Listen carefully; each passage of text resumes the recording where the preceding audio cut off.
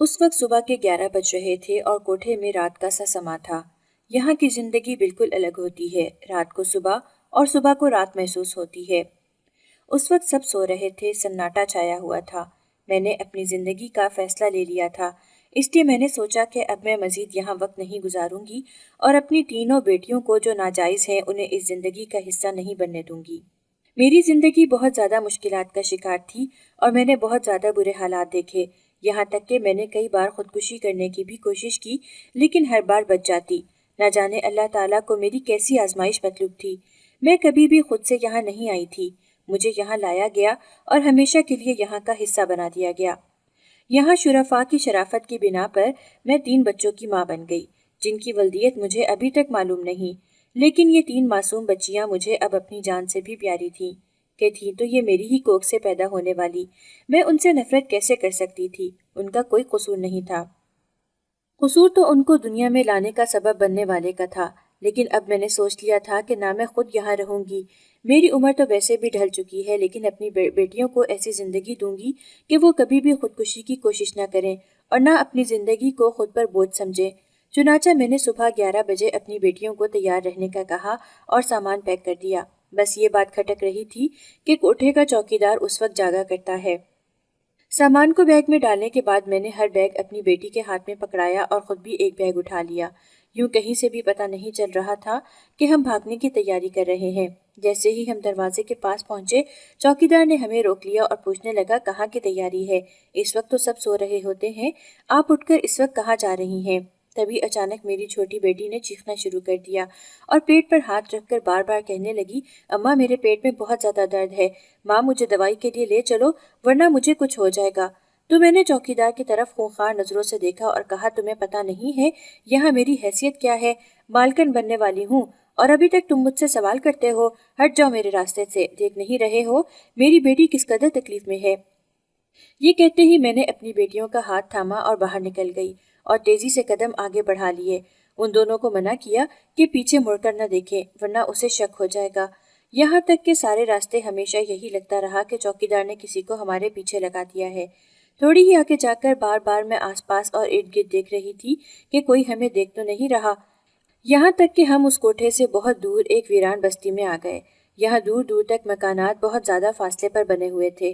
یہ بستی میں نے پہلی بار دیکھی تھی، اصل میں کبھی کوٹھے سے باہر ہی نہیں نکلی تھی، اس لیے بہت زیادہ خوفزدہ بھی تھی۔ عزت کا خوف خود کا تو نہیں تھا، وہ تو کوٹھے میں رہی ہی نہیں تھی، لیکن اپنی بیٹیوں کی عزت کا خوف ضرور تھا جو صرف 13 سال، 8 سال اور 9 سال کی تھیں۔ چنانچہ میں نے بستی میں سے ایک گھر کے دروازے پر دستک دی اور اللہ سے دل ہی دل میں فریاد کرنے لگی کہ یا اللہ میری مدد فرما، کسی فرشتے کو میری مدد کے لیے بھیج دے اور مجھے مزید آزمائش سے بچا لے۔ تھوڑی دیر بعد اس مکان کا دروازہ کھلا اور اس میں سفید بارش بزرگ نکلے، جن کے سر پر ٹوپی تھی، کندھے پر رومال تھا اور وہ سفید شلوار قمیص میں ملبوس تھے۔ ہمیں دیکھ کر سوالیہ نظروں سے پوچھا، کون ہو؟ کہاں سے آئے ہو؟ کس سے ملنا ہے؟ تو میں ان کے قدموں میں گر گئی اور کہنے لگی کہ کہاں سے آئی ہوں یہ بتاؤں گی تو آپ کبھی بھی ہمیں گھر میں رکھنے پر راضی نہیں ہوں گے۔ بس یہ سمجھیں کہ توبہ کا ارادہ ہے اور آئندہ کبھی ان راہوں پر واپس نہیں لوٹوں گی۔ چنانچہ ہمیں کچھ دنوں کے لیے اپنے گھر میں پناہ دے دیں، اس کے بعد ہم اپنا ٹھکانہ ڈھونڈ لیں گے اور یہاں سے چلے جائیں گے۔ انہوں نے میری بات سنی اور اندر آنے کا اشارہ کیا۔ ہم نے اپنا سامان رکھا اور کہنے لگے کہ یہ میرا ذاتی گھر نہیں ہے، مجھے مسجد سے ملا ہوا ہے، چنانچہ آپ لوگ یہاں رہ سکتے ہیں۔ میں برابر والے گھر میں رہتا ہوں جو میرا اپنا ذاتی گھر ہے، کسی بھی چیز کی ضرورت ہو تو مجھے بتا دیجیے گا۔ میں نے اللہ کے لیے آپ کو یہاں رکھا ہوا ہے اور جب تک آپ کا دانا پانی یہاں لکھا رہے میں آپ کو یہاں سے جانے کا نہیں کہوں گا، لیکن بہتر ہے کہ آپ لوگ انتظام کر لیجیے۔ میں سمجھ گیا ہوں کہ آپ سب کہاں سے تعلق رکھتے ہیں، لیکن یہ بستی نہیں جانتی اور اگر جانے کی تو بہت برا منائیں گے، چنانچہ آپ کسی پر اپنی شناخت ظاہر مت کیجیے گا۔ بس یہ کہیں کہ آپ امام صاحب کی بہن ہیں، باقی آپ جانے اور آپ کا رب جانے۔ جب تک آپ کی قسمت یہاں لکھی ہے آپ رہیے بغیر کسی پریشانی کے۔ یہ کہہ کر وہ بارش بزرگ ہمارے گھر حوالے کر کے وہاں سے چلے گئے اور میں ان کی اس قدر دینداری اور خدا خوفی پر حیران رہ گئی۔ وہ پوری رات میں نے خوف کے تحت گزار دی کہ نہ جانے کب دروازہ بجے اور کب کوٹھے کے لوگ دوبارہ مجھے وہاں لے جانے کے لیے گھسیٹنے لگے۔ میں نے اپنی بیٹیوں کو بھی خبردار کر دیا تھا کہ کسی اجنبی سے یہاں بات چیت نہیں کرنی، نہ کسی کو اپنے گھر آنے جانے دینا ہے۔ ویسے بھی یہاں پیسے تو ختم ہونے ہی تھے، چنانچہ میں اپنے لیے کوئی کام ڈھونڈنا چاہتی تھی۔ पहले ही मेरी उम्र ज्यादा सही, लेकिन मैं अब इज्जत और हलाल की रोजी कमाना चाहती थी। चुनाचा मैंने सोच लिया कि मैं यहाँ बस्ती के घरों में जाकर सफाई कर दूंगी या दूर कहीं किसी और बंगले में काम करने के लिए चली जाया करूंगी। सुबह होते ही हमारा दरवाजा बजा और हम चारों एक दूसरे की जानिब देखने लगी कि कौन आ गया है, कहीं हम पकड़े तो नहीं गए। इसी सोच के साथ डरते डरते दरवाजा खोला तो सामने वही मौलवी खड़े थे और उनके हाथ में खाने की ट्रे थी। उन्होंने मेरी तरफ बढ़ाया और कहा, आप मेरी बहन जैसी हैं। मुझे लगा कि शायद आप लोग भूखे होंगे, इसलिए रात को तो पूछ नहीं सका। रात को आना मुनासिब भी नहीं था। चुनाचा सुबह का नाश्ता लेकर आया हूँ। किसी और चीज की जरूरत हो तो बता दीजिए। मैं मस्जिद जा रहा हूँ, यहाँ पास ही बनी मस्जिद का इमाम हूँ। अगर कोई चीज चाहिए तो बता दीजिए, मैं मुलाजिम के हाथों भिजवा दूंगा। याद रहे कि जो भी पूछे उससे यही कहिएगा कि मौलवी साहब की बहन हूँ। बस किसी को दरवाज़ा खोलकर अंदर आने का नहीं कहिएगा कि वो आकर आपसे सवालात करेंगे और इस तरह रास फाश हो जाएगा। और मैं उस बुजुर्ग की इस कदर मोहतात हिकमत अमली पर हैरान रह गई कि उनसे हमारा कोई खूनी रिश्ता नहीं था, सिर्फ भाईचारे का रिश्ता था। कलमा गो मुसलमान थे, इसी वजह से वो हमारी इतनी ज़्यादा मदद कर रहे थे। मेरी आंखों में तशक्कुर के आंसू आ गए और मैंने उनसे खाने की ट्रे लेकर उनसे कहा कि अल्लाह आपको इसका बेहतरीन नेमुल बदल अता फरमाए। आपने हमारी उस वक्त मदद की जब हम बिल्कुल बेयारो मददगार हो चुके थे। हमने गलत राहों को छोड़ने का फैसला किया है, इसलिए अल्लाह ने भी आपको हमारी मदद के लिए फरिश्ता बनाकर भेजा है। ये सुनते ही वो मौलवी साहब मुस्कुरा दिए और कहने लगे, मैं इंसान हूँ, मुझे फरिश्ता मत समझिए। फरिश्ते गुनाहों से पाक होते हैं, मैं भी गुनाहगार इंसान ही हूँ। ये कहते ही वो पलट गए और मैंने ट्रे से जैसे ही कपड़ा हटाया तो ये देखकर हैरान रह गई कि उन्होंने अपनी इस्तात से बढ़कर हमारे लिए नाश्ता भिजवाया था, जिसमें 3 पराठे, 2 अंडे और 3 चाय के कप मौजूद थे। मुझे न जाने क्यों उन मौलवी साहब से बहुत ज़्यादा उनसियत सी महसूस हुई और मैंने अल्लाह का शुक्र अदा किया और इस पहली बार पेट भरकर सुकून के साथ नाश्ता किया। नाश्ता करने के बाद मैंने अपनी बेटियों को हदायत की कि वो कमरे का दरवाज़ा अच्छी तरह बंद कर लें और किसी के लिए भी मत खोलें और ना किसी को अंदर आने दें। ये कहते ही मैं बड़ी सी चादर ओढ़कर बाहर निकल गई और बस्ती से दूर आ गई। रास्ते में मुझे सबने बड़े गौर से देखा। शायद उन्हें मालूम हो गया था कि ये हमारी बस्ती से ताल्लुक़ नहीं रखती, लेकिन मैं भी खामोशी से एक तरफ चल दी कि मैं उन्हें क्या बताती कि मैं कहाँ से ताल्लुक़ रखती हूँ। खुदा खुदा करके 1-2 जगह बंगले में बात करने के बाद आखिरकार छठे बंगले में मुलाजमा की ज़रूरत थी। उन्होंने मुझे अपने साथ अपनी बेटी को लाने की इजाज़त भी दे दी थी। मैंने सोच लिया कि मेरे साथ मेरी बेटी काम करेगी तो जल्दी काम हो जाएगा और मैं घर जल्दी आ जाऊंगी। इस तरह दूसरी बेटियां जो अभी छोटी हैं वो भी महफूज हो जाएंगी। मैं खुश हो गई कि चलो अल्लाह यहाँ तक भी मेरी मदद कर रहा है, हालांकि मैं बहुत ज़्यादा गुनाहगार बनती थी। मैंने बहुत बार इस वजह से उस दलदल से पाँव नहीं निकाला कि फिर खर्चा कैसे निकलेगा, खाऊंगी कैसे। लेकिन आज भी तो मेरे पास मेरे हाथ में कुछ नहीं है, लेकिन वो मेरे लिए वसाइल बना रहा है। ये सोचकर उसकी मोहब्बत देखते हुए मेरी आंखों से आंसू निकल आए और मैं दिल ही दिल में अल्लाह का शुक्र अदा करने लगी कि या अल्लाह तूने मुझे इतनी बड़ी आजमाइश से निकाल लिया। लेकिन मैं नहीं जानती थी कि ये आजमाइश की तो अभी शुरुआत है। आजमाइश तो अभी शुरू होगी और अभी तक तो मैं खुशगवार और पुरसुकून ज़िंदगी गुजार रही थी। लेकिन चूंकि मैंने शैतान का रास्ता छोड़कर अल्लाह के लिए सब कुछ छोड़ने की सही की थी, तो ये कैसे हो सकता था कि अल्लाह अपने बंदों को ना आजमाए। मेरे साथ भी यही कुछ होने वाला था, लेकिन मैं बेखबर थी।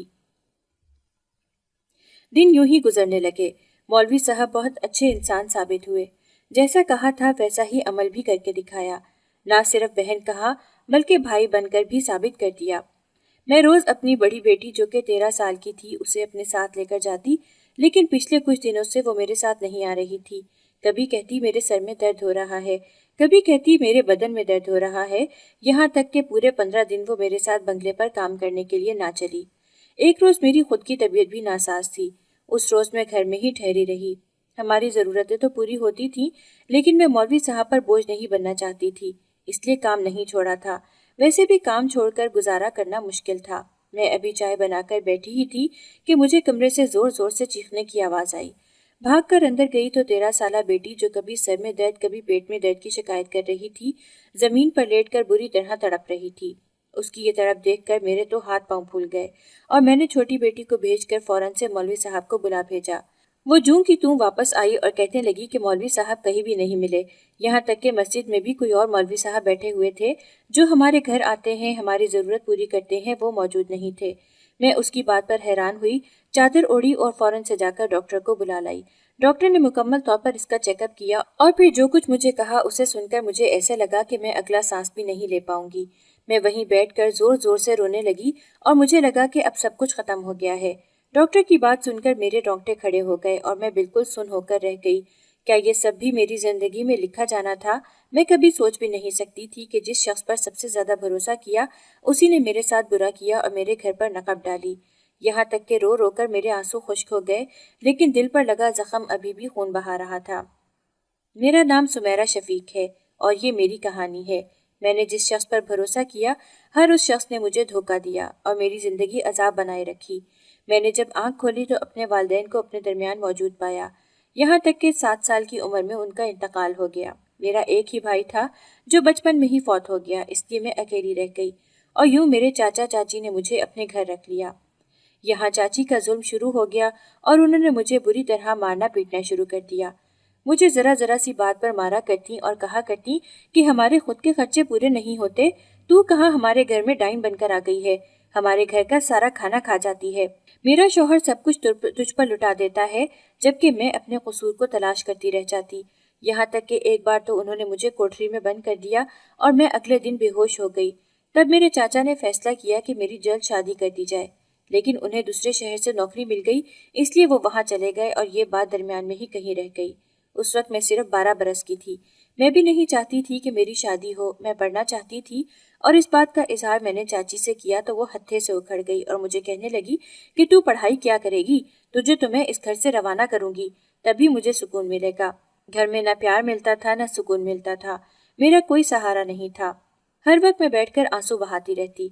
इसी दौरान चाची का निकट्टू और निकम्मा भाई उनके घर पर रहने आ गया और उसने जब देखा कि मैं बहुत आसान शिकार हूँ तो उसने मुझे अपने प्यार के जाल में फंसाया और मुझसे कहा कि मैं तुझे हर किस्म का सुख दूंगा, तू बस मुझसे 2-4 प्यार मोहब्बत की बातें कर लिया कर। और मैं जिसने कभी प्यार देखा नहीं था, जिसने कभी प्यार को महसूस नहीं किया था, जब ये देखा कि एक शख्स मुझ पर अपना सब कुछ लुटाने के लिए तैयार है और बदले में कुछ मांग भी नहीं रहा, तब मैं उसकी गर्विदा हो गई और मुझे उससे मोहब्बत हो गई। मैं 15 बरस की हो चुकी थी और चाहती थी कि मेरी शादी उससे हो जाए। वो भी यही चाहता था, लेकिन किस्मत ने मेरे लिए कुछ और ही सोचा हुआ था।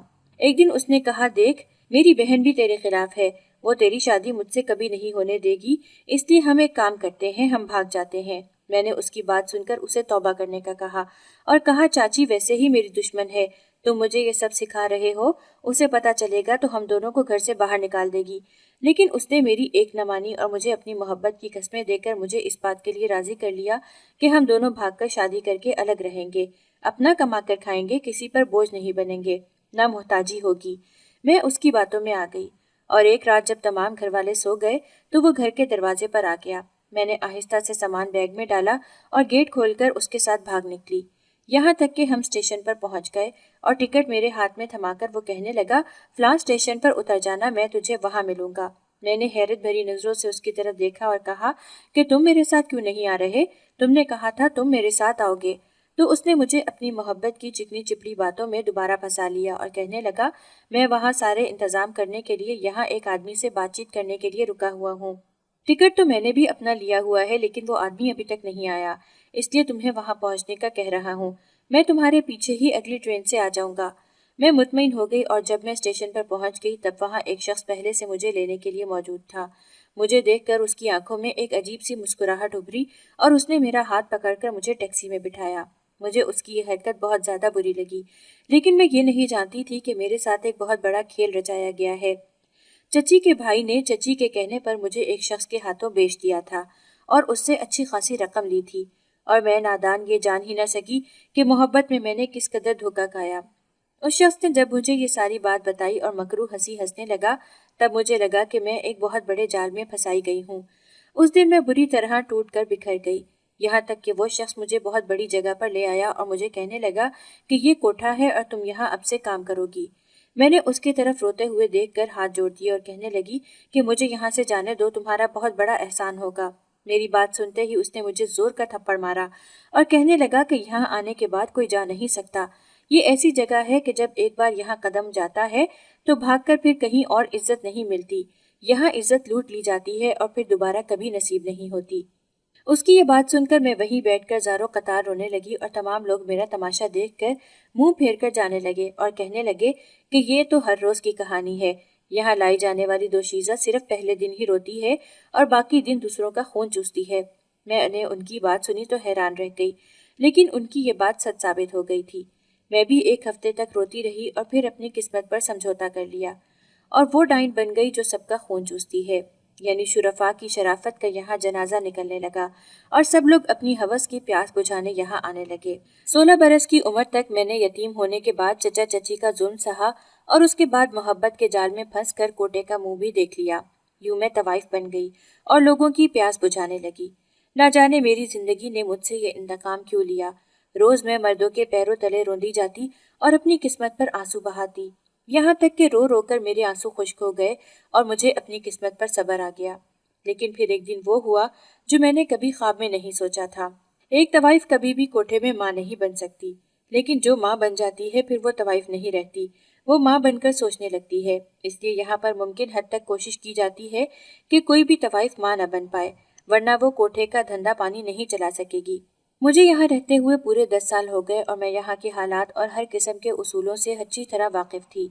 लेकिन कुछ उसूल कुदरत की तरफ से मुकर्रर करदा होते हैं और यूं एक दिन तबीयत खराबी पर जब मुझे दवाई लेने के लिए भेजा गया तब मुझ पर इंकशाफ हुआ कि 25 साल की उम्र में मैं माँ बन गई हूँ। यूं कुदरत ने मुझ पर रहम खाया और पूरे 9 माह में मुझे आराम दिया गया।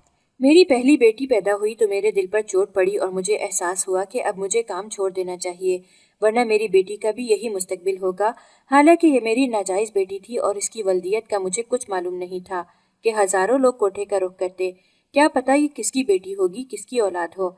लेकिन न जाने क्यों दिल से ये आवाज़ आती कि इसके वालिद कोई भी हो, माँ तो तुम ही हो ना, तुम्हें माँ बनकर इसे पालना है, इसे बड़ा करना है, वरना अल्लाह के आगे क्या जवाब दोगी। तुम्हारी तरबियत में तो कमी रह गई, क्या तुम भी यही सब करोगी या होने दोगी जो तुम्हारे साथ हुआ है।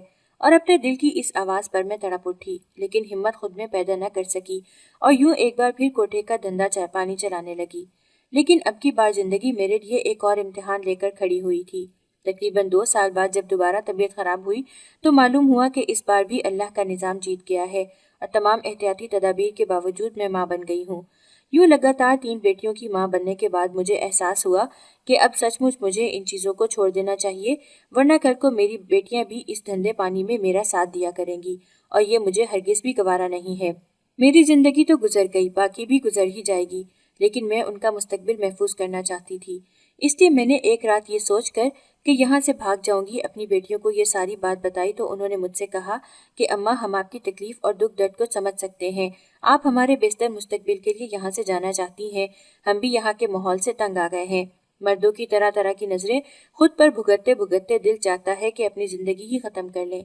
इसलिए हम आपका साथ देने के लिए तैयार हैं और दोबारा कभी पीछे मुड़कर नहीं देखेंगे। हमारी इज्जत बची हुई है, क्या पता हमें कोई इज्जतदार घराना मिल जाए और हम सुकून से रह सकें। मैंने अपनी बेटियों के मुंह से ये बात सुनी तो दिल में एक सुकून सा उतर गया और दिमाग में ठान ली कि अब हर हाल में उनको इस अजाब की ज़िंदगी से निजात दिलाऊंगी। यूं एक दिन सुबह ही सुबह जब पूरे कोठे में अंधेरा छाया हुआ था, चौकीदार को दवाई लेने का बहाना बनाकर हमने धोखा दिया और वहां से निकल आए। पूरे रास्ते हमें डर लगा रहा कि कहीं कोई हमें देख न ले, लेकिन चूंकि उस जिंदगी को हमने छोड़ने का फैसला कर लिया था और अल्लाह से तौबा करने का फैसला किया था, तो अल्लाह की मदद आ पहुंची थी। हम एक ऐसी बस्ती में पहुंच गए जहां हमें एक मौलवी साहब के दरवाजे पर दस्तक दी और वहां उन्होंने हमें पनाह दे दी। यूं हम उस मौलवी साहब के दिए हुए घर में रहने लगे। तब मैंने फैसला किया कि अपनी बेटियों के लिए मैं खुद हलाल रिस्क कमाऊंगी और उन्हें मुआशरे का कारामद फर्द बनाऊंगी, उन्हें ब्याह कर उनकी ज़िंदगी को पुरसुकून बनाऊंगी। मैंने सोच लिया था कि जो कुछ ज़िंदगी में मुझे नहीं मिला या जो कुछ मैं हासिल नहीं कर पाई, उनसे अपनी बेटियों को महरूम नहीं रखूंगी। वो मौलवी साहब बहुत अच्छे इंसान थे। उन्होंने मेरी हर मुमकिन हद तक मदद की और मुझे मेरी बहन कहकर बुलाने लगे। उन्होंने देखा था कि मेरी 3 बेटियां हैं। मैंने उनसे सारी सच्चाई बयान कर दी थी कि किस तरह मैंने छोटी उम्र में ही यतीमी की ज़िंदगी गुजारी है और फिर अपनों की बेपरवाही ने मुझे कहीं का न छोड़ा। मैं एक ऐसे शख्स की मोहब्बत के जाल में फंस गई जिसने मुझे 2 टके की खातिर बेच दिया और यूं मैं कोठे में आ गई। ये मेरी 3 नाजायज़ बेटियां हैं और मैं इन्हें बेहतर मुस्तकबिल देना चाहती हूँ, इसलिए चाहती हूँ कि एक अच्छी ज़िंदगी इन्हें दे सकूँ। मौलवी साहब ने जब मेरी बात सुनी तो मेरे सर पर हाथ रखा और कहा कि आज से आप मेरी बहन हैं। आपको जिस किस्म की ज़रूरत हो आप मुझे ज़रूर बताइएगा, बिल्कुल बिना हिचकिचाइएगा। आपने तौबा का रास्ता चुना है, इसलिए मैं आपकी मदद करूँगा। बस इस बात का ख्याल रखिएगा कि ना खुद का तारुफ किसी से इस बस्ती में करवाइएगा और ना ही मेरा नाम लीजिएगा। अगर कोई आपको मेरे साथ देख ले तब भी उसे सिर्फ ये बता देना कि मैं मौलवी साहब की बहन हूँ। और इस बात की नौबत ही नहीं आई थी। मैं अपने काम से काम रखती थी। सुबह बंगले पर चली जाती और रात को आकर घर के कामों में मसरूफ हो जाती। जिंदगी बहुत अच्छी नहीं लेकिन ठीक गुजर रही थी। एक बार मैं तबीयत की खराबी की वजह से काम पर न जा सकी और उस रोज मेरी सबसे बड़ी बेटी की तबीयत खराब हो गई। मौलवी साहब का हमारे घर आना जाना लगा रहता था। वो हमारी ज़रूरत की चीज़ें दे जाया करते थे, बातचीत करते और फिर चले जाते। उन्होंने कभी हमें बुरी नज़र उठाकर नहीं देखा था, ना कभी मेरी बेटियों से कोई सवालात किए। बस मुझसे बातचीत करके चले जाते। यहाँ तक कि मेरी बेटियों ने भी कभी मुझे ये नहीं कहा कि उनकी गैर मौजूदगी में कोई आता है या मौलवी साहब कभी कदम भी रखते हैं। इसी वजह से मुझे उन पर पूरा भरोसा था। मेरी बेटी की तबीयत खराब हुई तो मैं उन्हें बुलाने गई कि वो मुझे डॉक्टर का पता बता दें। वैसे भी मैं कभी कोटे से बाहर न निकली थी, इसलिए मुझे इस बात का खास पता नहीं था। उन्होंने मुझे डॉक्टर का पता क्या ही बताना था, वो खुद ही गायब थे। चुनाचा मैंने अपनी मदद आपके तहत एक दूसरे शख्स से डॉक्टर का पूछा और डॉक्टर को लेकर घर आई। मेरी बेटी का चेकअप किया और जो कुछ उन्होंने मुझे कहा उसे सुनकर मुझे यूं लगा कि ज़मीन फटे और मैं उसमें गिर जाऊं। मैं एक बार फिर एक ऐसे दोराहे पर आ गई जहां से मैंने निकलना चाहा था। डॉक्टर ने मुझे बताया कि आपकी बेटी ने जो जो अलामात मुझे बताई हैं और चेकअप के दौरान मुझे मालूम हुआ है कि ये हामला है। मैं वहीं बैठी रह गई और ज़ारो कतार रोने लगी।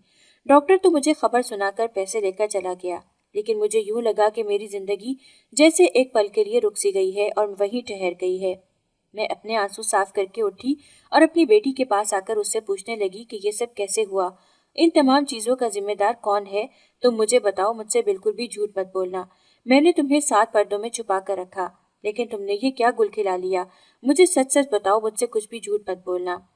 उसने ये सुना तो रोने लगी और कहने लगी कि मौलवी साहब रोज उनके घर पर आते हैं और उन्हें पीने के लिए कुछ देते। वो छोटी बहनों को कुछ नहीं देते थे, बस मुझसे बात किया करते और मुझे पीने के लिए देते और मुझे उंगली उठाकर खबरदार करते कि खबरदार अपनी माँ को कुछ भी मत बताना, वरना मैं तुम्हें हमेशा हमेशा के लिए कत्ल कर दूंगा। उनकी ये बात सुनकर मैं बेहद डर गई थी, इसलिए मैंने आपको कुछ भी न बताया। पिछले 1 हफ्ते से यही सब कुछ चल रहा था। ये कहकर वो ज़ारो कतार रोने लगी और मुझे बताने लगी कि मौलवी साहब ने ही उसकी इज्जत पर हाथ डाला है, ये बच्चा उसी का है। यह सुनते ही मैं सर पकड़कर बैठ गई कि वो किस कदर दीनदार और खुदा खौफी रखने वाले इंसान बनकर मेरे सामने ढोंग किया करते थे। क्या सच में वही इन तमाम चीज़ों के जिम्मेदार थे? मैंने अपनी बेटी को हौसला दिया, उसे चुप करवाया और उसे कहा कि तुम्हें मुझसे सच बोलना चाहिए था। तुमने मुझसे ये बात क्यों छुपाई? मैं अगर पहले ही उस मौलवी साहब के इरादे भांप लेती जिसने दाढ़ी का लिबादा पहनकर अल्लाह और रसूल का नाम लेकर हमें धोखा दिया, उसकी आखिरत में तो ज़रूर पूछगछ होगी, लेकिन मैं तुम्हें उसके खतरनाक इरादों से पहले ही बचा लेती और हम यहाँ से कहीं और चले जाते। ये घर वैसे भी उसका दिया हुआ है और मुझे लगता है कि उसने हमें पनाह देकर खैराज वसूल किया है। मेरी बेटी रोने लगी और कहने लगी कि अम्मा, इससे तो बेहतर यही था कि हम वहाँ कोठे में ही पल जाते, बड़े हो जाते। कम अज़ कम वहाँ कोई मुनाफिक तो नहीं होता। यहाँ तो हर कोई मुनाफिक ही है।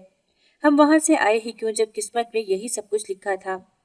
उसकी ये बात सुनकर मैं कांप उठी और मैंने उसे तसल्ली दी और एक इरादे से उठकर मैं बाहर आ गई। मेरा रुख मस्जिद की तरफ था। मैं जानना चाहती थी कि आखिर उन्होंने ऐसा क्यों किया। वहां जाकर मैंने चेहरे पर नकाब लगा लिया और चूंकि नमाज अभी अभी खत्म हुई थी, वो दुआ मांगकर नमाजियों से गुफ्तगू कर रहे थे। मेरी उनकी तरफ पुश थी, इसलिए मैं उनका चेहरा न देख पाई। नमाजियों के जाने का इंतजार करने लगी ताकि उनका गिरेबान पकड़कर पूछ सकूं कि उन्होंने मेरी बेटी के साथ ये सब क्यों किया और अब इमाम मस्जिद बनकर सबके सामने नेक होने का ढोंग क्यों कर रहे हैं। मेरा दिल चाहा कि मैं चीख चीख कर सबको बता दूं कि ये इमाम मस्जिद जो कि मौलवी साहब बनकर सबको धोखा दे रहा है, किस कदर गलीज और घटिया इंसान है।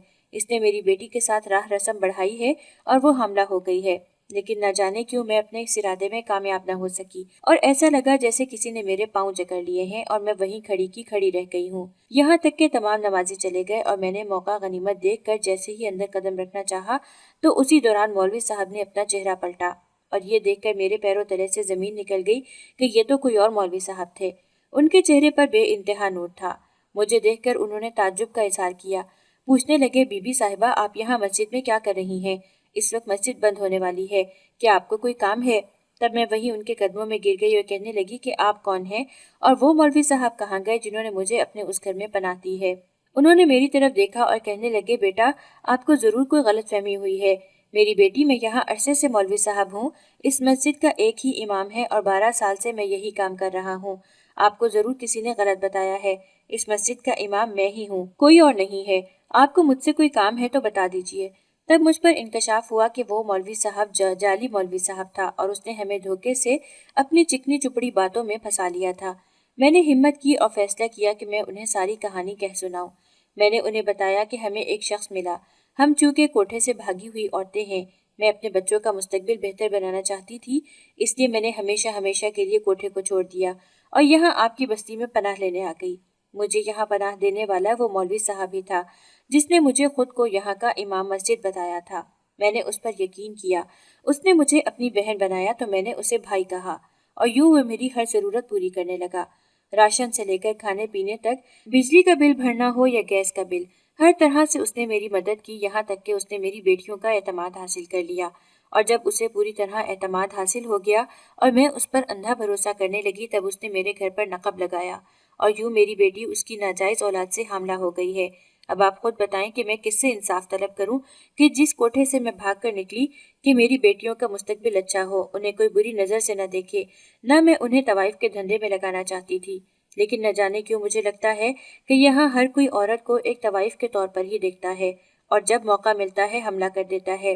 ये कहकर मैं सिसकियों से रोने लगी। इसी दौरान मैंने सर उठाकर देखा तो क्या देखती हूँ कि वो मौलवी साहब भी वहाँ बैठकर रो रहे हैं। उनकी पूरी दाढ़ी भीगी हुई थी। उन्होंने मेरे सर पर शफकत से हाथ रखा और कहने लगे, बेटा तुम रो मत, अल्लाह ज़रूर बेहतर करेगा। तुम मुझे उस शख्स का हुलिया बताओ, क्या पता मैं तुम्हारे लिए कुछ बेहतरीन कर सकूं और उस शख्स को ढूंढने में तुम्हारी मदद कर सकूं। मैंने उस मौलवी साहब का हुलिया बताया जिसने ढोंग रचाया था। वो चंद लम्हे के लिए चौंक गए और कहने लगे, हो न हो ये वही शख्स हो सकता है जो पिछले कुछ अरसे से मेरे पीछे लगा हुआ है और इस बार तो इसने तो हद ही कर दी। मेरा नाम बताकर मेरी मस्जिद की निशानदही करके खुद को इमाम मस्जिद बताता है। बेटा मैं तुम्हें बताना चाहता हूँ कि ये शख्स हमारा दुश्मन है और न जाने क्यों खानदानी दुश्मनी का बदला ये मेरे किरदार को बदनाम करके निकालना चाहता है। लेकिन तुम सब्र करो, तुम्हें इंसाफ जरूर मिलेगा। अभी घर जाओ, मैं जरूर इस बारे में कुछ सोचता हूँ। उन्होंने मुझे तसल्ली दी। न जाने क्यों उनके अल्फाज में एक ऐसी तासीर थी कि मुझे बेपनाह तसल्ली महसूस हुई और मैंने फौरन से अपने घर की तरफ कदम बढ़ा लिए। वहाँ मेरी बेटी सो रही थी। उसकी मासूमियत देखकर मुझे उस पर बहुत प्यार आया और मैंने उसे अपनी बाहों में भेज दिया। पूरी रात गुजर गई लेकिन कोई हौसला अफजा खबर न आई। वैसे भी हम गरीबों का कौन खैरखा होता है। एक तो हमारी इज्जतें महफूज नहीं होती और दूसरा हमें कोई इंसाफ दिलाने वाला नहीं होता। सुबह का उजाला होते ही दरवाजे पर दस्तक हुई। मुझे आज काम पर जाना था, लेकिन अपनी बेटी की हालत देख के इंतहाई कम उम्री में उसे ये सदमा बर्दाश्त करना पड़ा था। मैंने सोचा कि मैं आज यही रुक जाती हूँ। दरवाजे पर दस्तक हुई तो मैंने दरवाज़ा खोला और ये देखकर हैरान रह गई कि इमाम मस्जिद के साथ वो मौलवी साहब भी मौजूद था जिसने मुझे अपनी बहन कहा था। लेकिन आज उसके सर पर न पगड़ी थी, न दाढ़ी, न टोपी थी, बल्कि वो बिल्कुल बदला हुआ सा नौजवान दिखाई दे रहा था। दरवाज़ा खोलते ही आगे बढ़ा और मेरे पैरों में गिर गया और कहने लगा कि आप मुझे माफ़ कर दें। मैंने इमाम मस्जिद बनकर आपको धोखा देना चाहा था, लेकिन मैं खुद अपने जाल में फंस गया हूँ और हकीकत आपको मालूम हो गई है। मैं तौबा करता हूँ, मैं अल्लाह से भी माफ़ी मांगता हूँ। न जाने क्यों मैं इमाम मस्जिद की दुश्मनी में उस कदर आगे निकल गया कि आपकी बेटी को ही बर्बाद कर डाला। मैं उन्हें बदनाम करना चाहता था, लेकिन मुझसे एक बहुत बड़ा गुनाह हो गया। आप मुझे माफ़ कर दें। मैं हैरत से ये सारा मंजर देख रही थी कि ये क्या हो रहा है। मैंने इमाम मस्जिद की तरफ देखा तो उन्होंने मुझे आंखों ही आंखों में इशारा किया। मैंने उस लड़के से कहा, मैंने तुम्हें माफ़ किया है, लेकिन आखिर तुम हो कौन और तुमने ये सब क्यों किया? वो वहीं बैठकर ज़ारो कतार रोने लगा और कहने लगा कि मैं शैतान के रास्ते पर चल पड़ा था। मैंने अल्लाह से तौबा कर ली है। इमाम मस्जिद से न जाने क्यों मुझे बुग़्ज़ पैदा हो गया।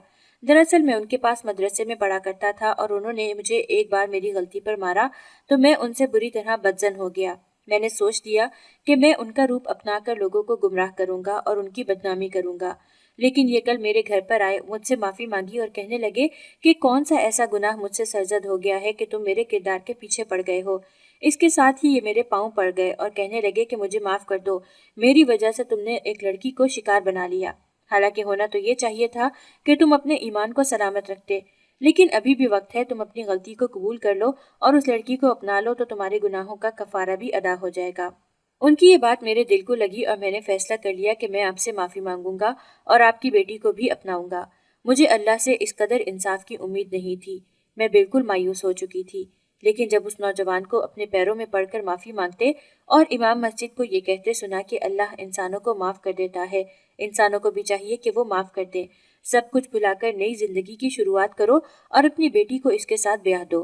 वैसे भी वो उसकी ही औलाद है, जायज़ है या नाजायज़। मैंने इसके घर वालों से भी बात कर ली है, चुनाचा कल निकाह होगा और आपकी बेटी को इसके साथ रुखसत कर दिया जाएगा। मैं वहीं मौलवी साहब के सामने हाथ जोड़कर रोने लगी और कहने लगी कि मैंने सिर्फ एक बार आपसे मिलकर अपना मसला बयान किया और आपने मेरा मसला हल किया। काश हर इंसान आपकी तरह हो जाए जो दूसरों का दर्द समझते हैं। आपने मेरे दर्द को समझा और सिर्फ मेरे दर्द की वजह से आप इस नौजवान के पाँव में गिरकर माफ़ी भी मांगी। इससे ज़्यादा बड़ी बात मेरे लिए क्या हो सकती है। आपका फैसला मेरे लिए हुक्म का दर्जा रखता है। ये कहते ही मैं सजदा शुक्र अदा करने अपने कमरे की तरफ चली गई और अपनी बेटी को बताने लगी कि अल्लाह को हम सब पर रहम आ गया है और उसने हमारे लिए ज़िंदगी के बेहतरीन दर वा कर दिए हैं।